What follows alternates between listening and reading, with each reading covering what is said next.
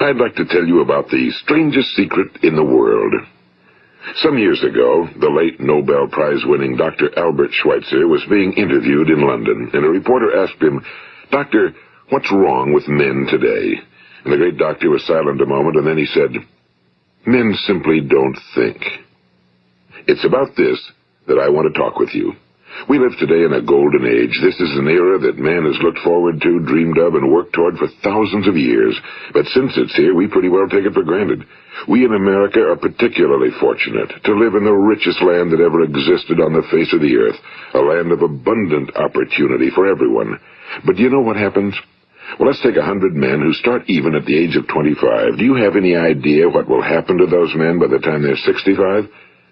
These 100 men who all start even at the age of 25 believe they're going to be successful. If you ask any one of these men if he wanted to be a success, he'd tell you he did. And you'd notice that he was eager toward life, that there was a certain sparkle to his eye, an erectness to his carriage, and life seemed like a pretty interesting adventure to him.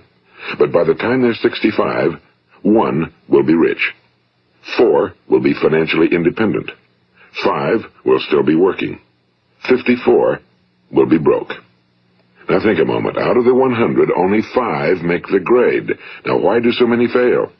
What has happened to the sparkle that was there when they were 25? What's become of the dreams, the hopes, the plans? And why is there such a large disparity between what these men intended to do and what they actually accomplished? When we say about 5% achieve success, we have to define success. And here's the best definition I've ever been able to find. Success is the progressive realization of a worthy ideal. If a man is working toward a predetermined goal and knows where he's going, that man is a success. If he's not doing that, he's a failure. Success is the progressive realization of a worthy ideal. Rollo May, the distinguished psychiatrist, wrote a wonderful book called Man's Search for Himself. And in this book he says, the opposite of courage in our society is not cowardice. It is conformity. And there you have the trouble today. It's conformity, people acting like everyone else without knowing why, without knowing where they're going. Now think of it. In America right now, there are over 18 million people 65 years of age and older. And most of them are broke. They're dependent on someone else for life's necessities. Now, we learn to read by the time we're 7. We learn to make a living by the time we're 25. Usually by that time, we're not only making a living, we're supporting a family. And yet by the time we're 65, we haven't learned how to become financially independent in the richest land that has ever been known. Why? We conform. And the trouble is that we're acting like the wrong percentage group, the 95 who don't succeed. Now, why do these people conform? Well, they really don't know. These people believe that their lives are shaped by circumstances, by things that happen to them, by exterior forces. They're outer-directed people. A survey was made one time that covered a lot of men, working men, and these men were asked, "Why do you work? Why do you get up in the morning?" 19 out of 20 had no idea. If you ask them, they'll say, well, everyone goes to work in the morning, and that's the reason they do it, because everyone else is doing it. Now let's get back to our definition of success. Who succeeds? The only person who succeeds is the person who is progressively realizing a worthy ideal. He's the person who says, I'm going to become this, and then begins to work toward that goal. I'll tell you who the successful people are. A success is the school teacher who's teaching school because that's what he or she wants to do. The success is the woman who's a wife and mother because she wanted to become a wife and mother and is doing a good job of it. The success is the man who runs the corner gas station because that was his dream. That's what he wanted to do. The success is the successful salesman who wants to become a top-notch salesman and grow and build with his organization. A success is anyone who is doing deliberately a predetermined job because that's what he decided to do deliberately. But only 1 out of 20 does that. That's why today there isn't really any competition unless we make it for ourselves. Instead of competing, all we have to do is create. You know, for 20 years, I looked for the key which would determine what would happen to a human being. Was there a key I wanted to know which would make the future a promise that we could foretell to a large extent? Was there a key that would guarantee a person's becoming successful if he only knew about it and knew how to use it? Well, there is such a key, and I've found it. Have you ever wondered why so many men work so hard and honestly without ever achieving anything in particular, and others don't seem to work hard and yet seem to get everything? They seem to have the magic touch. You've heard them say that about someone. Everything he touches turns to gold. And have you ever noticed that a man who becomes successful tends to continue to become successful? And on the other hand, have you noticed how a man who's a failure tends to continue to fail? Well, it's because of goals. Some of us have goals, some don't. People with goals succeed because they know where they're going. It's that simple. Think of a ship leaving a harbor, and think of it with the complete voyage mapped out and planned. The captain and crew know exactly where it's going and how long it'll take. It has a definite goal. Now, 9,999 times out of 10,000, it will get to where it started out to get. Now, let's take another ship, just like the first, only let's not put a crew on it or a captain at the helm. Let's give it no aiming point, no goal, no destination. We just start the engines and let it go. I think you'll agree with me that if it gets out of the harbor at all, it will either sink or wind up on some deserted beach, a derelict. It can't go any place because it has no destination and no guidance, and it's the same with a human being. Take the salesman, for example. There's no other person in the world today with the future of a good salesman. Selling is the world's highest paid profession, if we're good at it and if we know where we're going. Every company needs top-notch salesmen, and they reward those men. The sky's the limit for them. But how many can you find? Someone once said the human race is fixed, not to prevent the strong from winning, but to prevent the weak from losing. The American economy today can be likened to a convoy in time of war. The entire economy is slowed down to protect its weakest link, just as the convoy had to go at the speed that would permit its slowest vessel to remain in formation. That's why it's so easy to make a living today. It takes no particular brains or talent to make a living and support a family today. So we have a plateau of so-called security, if that's what a person's looking for. But we do have to decide how high above this plateau we want to aim. Now let's get back to the strangest secret in the world, the story that I wanted to tell you today. Why do men with goals succeed in life and men without them fail? Well, let me tell you something which, if you really understand it, will alter your life immediately. If you understand completely what I'm going to tell you from this moment on, your life will never be the same again. You will suddenly find that good luck just seems to be attracted to you. The things you want just seem to fall in line, and from now on you won't have the problems, the worries, the gnawing lump of anxiety that perhaps you've experienced before. Doubt, fear, well, they'll be things of the past. Here's the key to success and the key to failure. We become what we think about. Now let me say that again. We become what we think about. Throughout all history, the great wise men and teachers, philosophers and prophets have disagreed with one another on many different things. It's only on this one point that they are in complete and unanimous agreement. Listen to what Marcus Aurelius, the great Roman emperor, said. A man's life is what his thoughts make of it. Disraeli said this. Everything comes if a man will only wait. I've brought myself by long meditation to the conviction that a human being with a settled purpose must accomplish it, and that nothing can resist a will that will stake even existence for its fulfillment.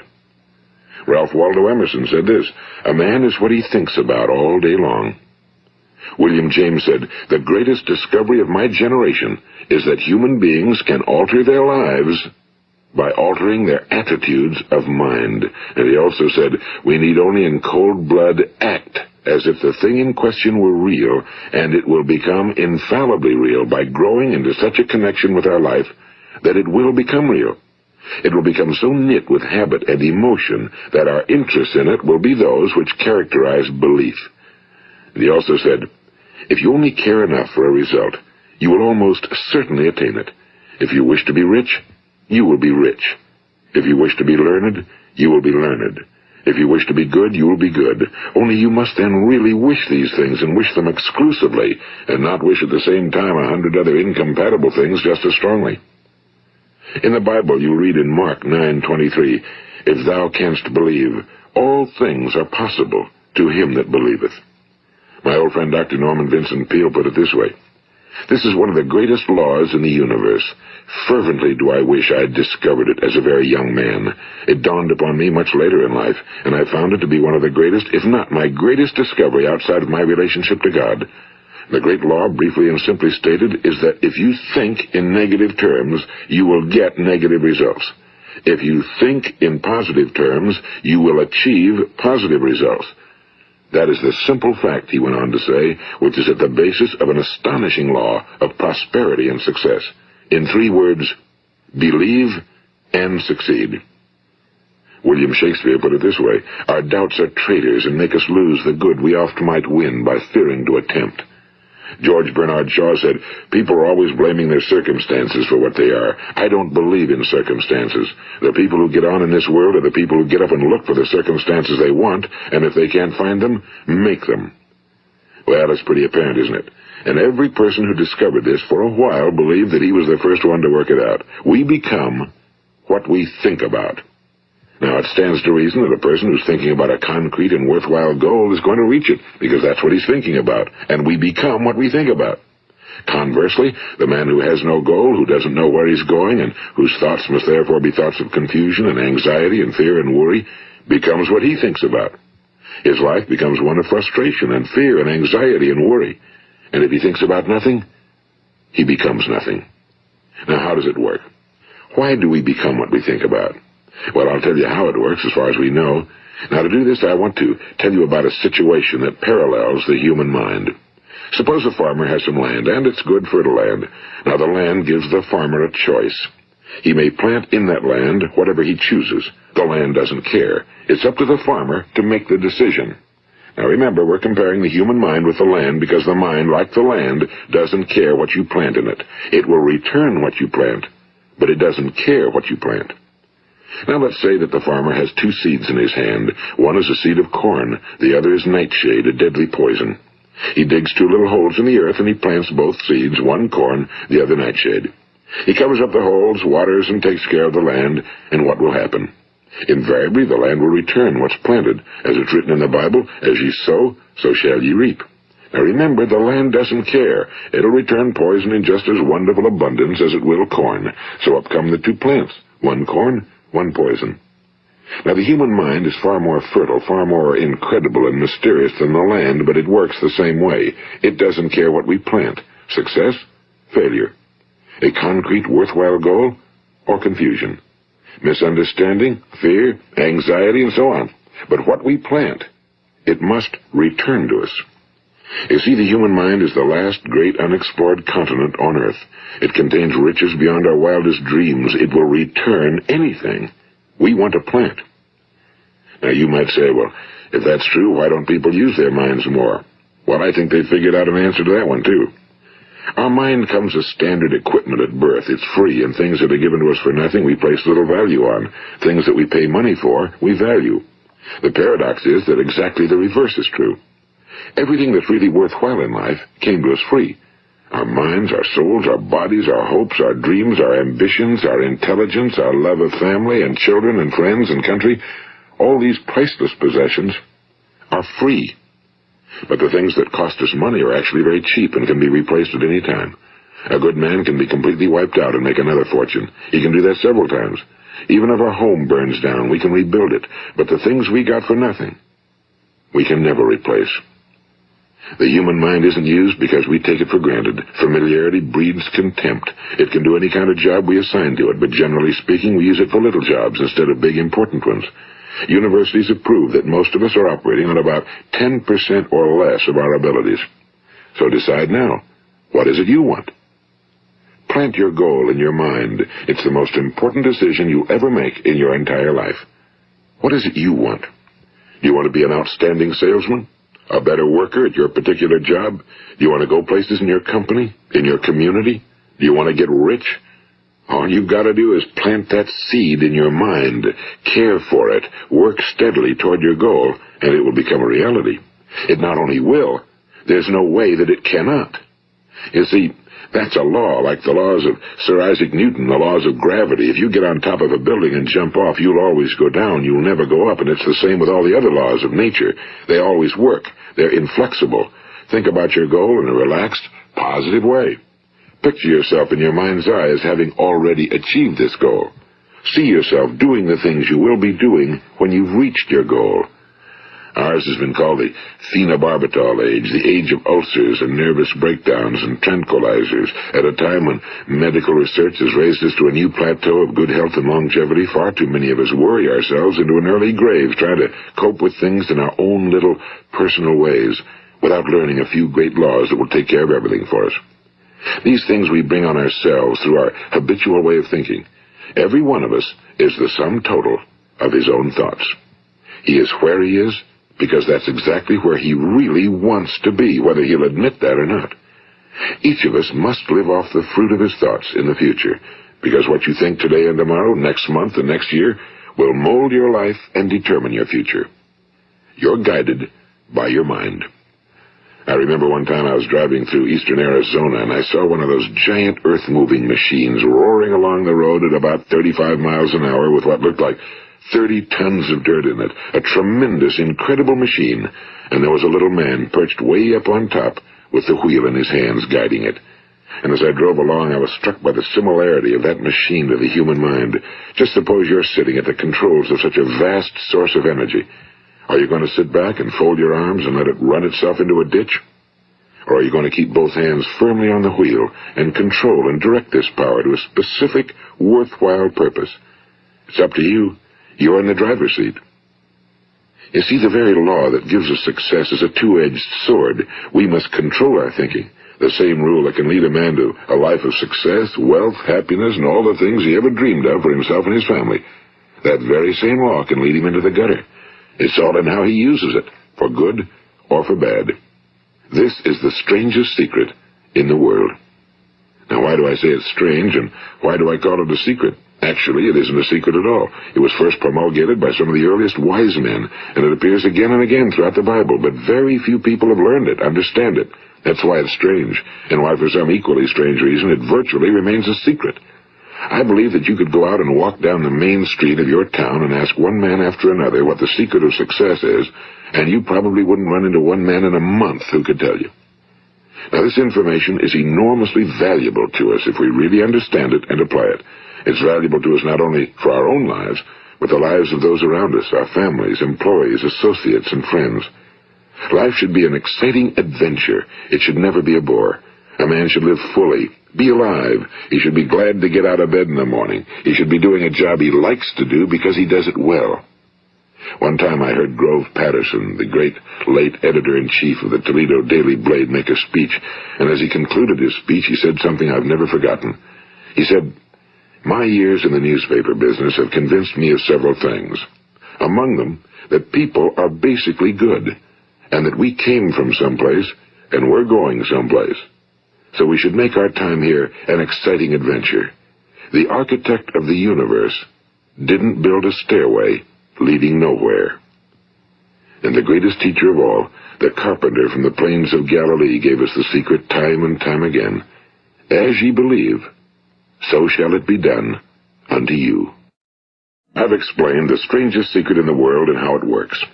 Now, on this side, I want to explain how you can prove to yourself the enormous returns possible in your own life by putting this secret to a practical test. I want you to make a test that will last 30 days. It isn't going to be easy, but if you'll give it a good try, it will completely change your life for the better. Now, back in the 17th century, Sir Isaac Newton, the English mathematician and natural philosopher, gave us some natural laws of physics which apply as much to human beings as they do to the movement of bodies in the universe. And one of these laws is that for every action, there is an equal and opposite reaction. Simply stated, as it applies to you and me, it means we can achieve nothing without paying the price. The results of your 30-day experiment will be in direct proportion to the effort you put forth. To be a doctor, you must pay the price of long years of difficult study. To be successful in selling, and remember that each of us succeeds to the extent of his ability to sell. Selling our families on our ideas, selling education in schools, selling our children on the advantages of living the good and honest life, selling our associates and employees on the importance of being exceptional people. To, of course, the profession of selling itself. But to be successful in selling our way to the good life, we must be willing to pay the price. Now, what is that price? Well, it's many things. First, it's understanding emotionally, as well as intellectually, that we literally become what we think about, that we must control our thoughts if we're to control our lives. It's understanding fully that as ye sow, so shall ye reap. Second, it's cutting away all fetters from the mind and permitting it to soar as it was divinely designed to do. It's the realization that your limitations are self-imposed and that the opportunities for you today are enormous beyond belief. It's rising above narrow-minded pettiness and prejudice. And third, it's using all your courage to force yourself to think positively on your own problem, to set a definite and clearly defined goal for yourself, to let your marvelous mind think about your goal from all possible angles, to let your imagination speculate freely upon many different possible solutions, to refuse to believe that there are any circumstances sufficiently strong to defeat you in the accomplishment of your purpose, to act promptly and decisively when your course is clear, and to keep constantly aware of the fact that you are, at this moment, standing in the middle of your own acres of diamonds, as Russell Conwell used to point out. And fourth, save at least 10% of every dollar you earn. It's also remembering that no matter what your present job, it has enormous possibilities, if you're willing to pay the price. Now let's just go over the important points in the price each of us must pay to achieve the wonderful life that can be ours. It is, of course, worth any price. 1. You will become what you think about. 2. Remember the word imagination and let your mind begin to soar. 3. Courage. Concentrate on your goal every day. 4. Save 10% of what you earn. And 5. Action. Ideas are worthless unless we act on them. Now, I'll try to outline the 30-day test I want you to make. Keep in mind that you have nothing to lose by making this test and everything you could possibly want to gain. There are two things that may be said of everyone. Each of us wants something, and each of us is afraid of something. I want you to write on a card what it is you want more than anything else. It may be more money. Perhaps you'd like to double your income or make a specific amount of money. It may be a beautiful home. It may be success at your job. It may be a particular position in life. It could be a more harmonious family. Each of us wants something. Now write down on your card specifically what it is you want. Make sure it's a single goal and clearly defined. You needn't show it to anyone, but carry it with you so that you can look at it several times a day.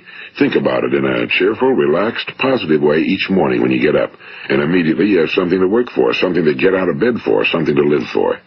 Look at it every chance you get during the day and just before going to bed at night. And as you look at it, remember that you must become what you think about, and since you're thinking about your goal, you realize that soon it will be yours. In fact, it's yours really the moment you write it down and begin to think about it. Look at the abundance all around you as you go about your daily business. You have as much right to this abundance as any other living creature. It's yours for the asking. Now we come to the difficult part. Difficult because it means the formation of what is probably a brand new habit, and new habits are not easily formed. Once formed, however, it will follow you for the rest of your life. Stop thinking about what it is you fear. Each time a fearful or negative thought comes into your consciousness, replace it with a mental picture of your positive and worthwhile goal. And there will come times when you'll feel like giving up. It's easier for a human being to think negatively than positively. That's why only 5% are successful. You must begin now to place yourself in that group. For 30 days, you must take control of your mind. It will think about only what you permit it to think about. Each day for this 30-day test, do more than you have to do. In addition to maintaining a cheerful, positive outlook, give of yourself more than you've ever done before. Do this knowing that your returns in life must be in direct proportion to what you give. The moment you decide on a goal to work toward, you're immediately a successful person. You are then in that rare and successful category of people who know where they're going.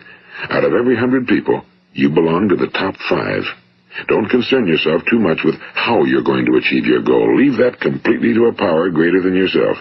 All you have to do is know where you're going. The answers will come to you of their own accord and at the right time. Remember these words from the Sermon on the Mount, and remember them well. Keep them constantly before you this month of your test. Ask, and it shall be given you. Seek, and ye shall find. Knock, and it shall be opened unto you. For every one that asketh receiveth, and he that seeketh findeth, and to him that knocketh it shall be opened. It's as marvelous and as simple as that. In fact, it's so simple that in our seemingly complicated world, it's difficult for an adult to understand that all he needs is a purpose and faith. For 30 days, do your very best. If you're a salesman, go at it as you've never done before, not in a hectic fashion, but with the calm, cheerful assurance that time well spent will give you the abundance in return you deserve and want. If you're a homemaker, devote your 30-day test to completely giving of yourself without thinking about receiving anything in return, and you'll be amazed at the difference it makes in your life. No matter what your job, do it as you've never done it before for 30 days. And if you've kept your goal before you every day, you'll wonder and marvel at this new life you've found. Dorothea Brand, the outstanding editor and writer, discovered it for herself and tells about it in her fine book, Wake Up and Live. Her entire philosophy is reduced to the words, act as though it were impossible to fail. She made her own test with sincerity and faith, and her entire life was changed to one of overwhelming success. Now, you make your test for 30 full days. Don't start your test until you've made up your mind to stick with it. You see, by being persistent, you're demonstrating faith. Persistence is simply another word for faith. If you didn't have faith, you'd never persist. If you should fail during your first 30 days, by that I mean suddenly find yourself overwhelmed by negative thoughts, you've got to start over again from that point and go 30 more days. Gradually, your new habit will form until you find yourself one of that wonderful minority to whom virtually nothing is impossible. And don't forget the card. It's vitally important as you begin this new way of living. On one side of the card, write your goal, whatever it may be. On the other side, write the words we've quoted from the Sermon on the Mount. Ask, and it shall be given you. Seek, and ye shall find. Knock, and it shall be opened unto you. Nothing great was ever accomplished without inspiration. See that during these crucial first 30 days, your own inspiration is kept at a peak. And above all, don't worry. Worry brings fear, and fear is crippling. The only thing that can cause you to worry during your test is trying to do it all yourself. Know that all you have to do is hold your goal before you. Everything else will take care of itself. Remember also to keep calm and cheerful. Don't let petty things annoy you and get you off course. Now, since making this test is difficult, some will say, why should I bother? Well, look at the alternative. No one wants to be a failure. No one really wants to be a mediocre individual. No one wants a life constantly filled with worry and fear and frustration. Therefore, remember that you must reap that which you sow. If you sow negative thoughts, your life will be filled with negative things. If you sow positive thoughts, your life will be cheerful, successful, and positive. Now, gradually, you will have a tendency to forget what you've heard on this recording. Play it often. Keep reminding yourself of what you must do to form this new habit. Gather your whole family around at regular intervals and listen to what's been said here. You know, most men will tell you that they want to make money without understanding the law. The only people who make money work in a mint. The rest of us must earn money. This is what causes those who keep looking for something for nothing or a free ride to fail in life. The only way to earn money is by providing people with services or products which are needed and useful.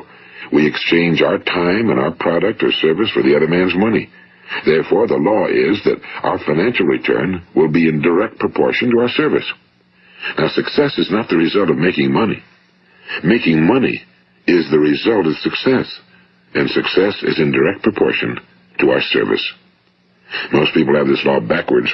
They believe that you're successful if you earn a lot of money. The truth is that you can only earn money after you're successful.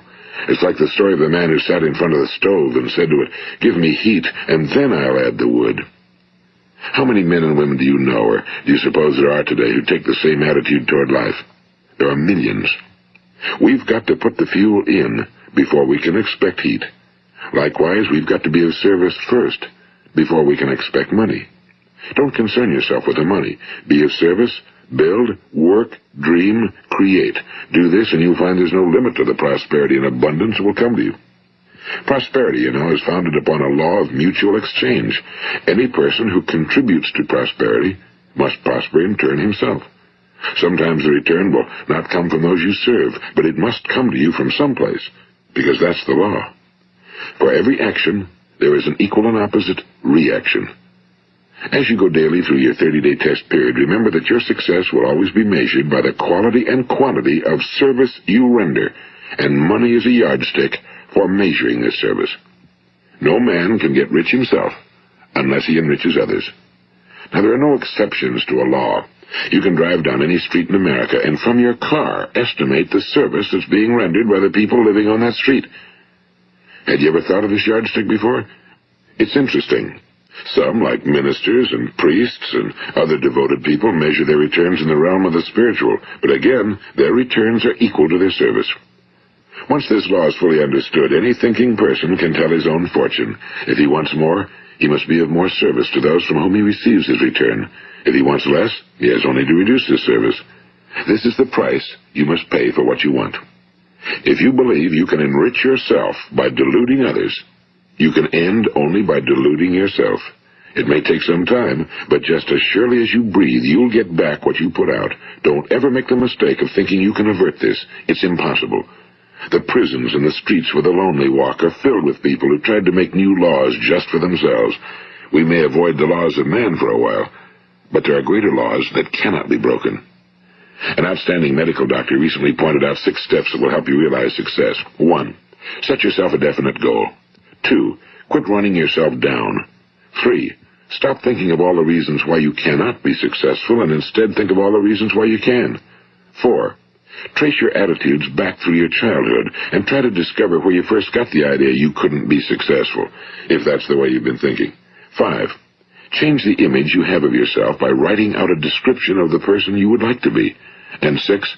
Act the part of the successful person you have decided to become. The doctor who wrote those words is a noted West Coast psychiatrist, Dr. David Harold Fink. Do what the experts since the dawn of recorded history have told you must do. Pay the price by becoming the person you want to become. It's not nearly as difficult as living unsuccessfully. Make your 30-day test, then repeat it again, and each time it will become more a part of you until you'll wonder how you could ever have lived any other way. Live this new way, and the floodgates of abundance will open and pour over you more riches than you may have dreamed existed. Money? Yes, lots of it. But what's more important, you'll have peace. You'll be in that wonderful minority who lead calm, cheerful, successful lives. Start today.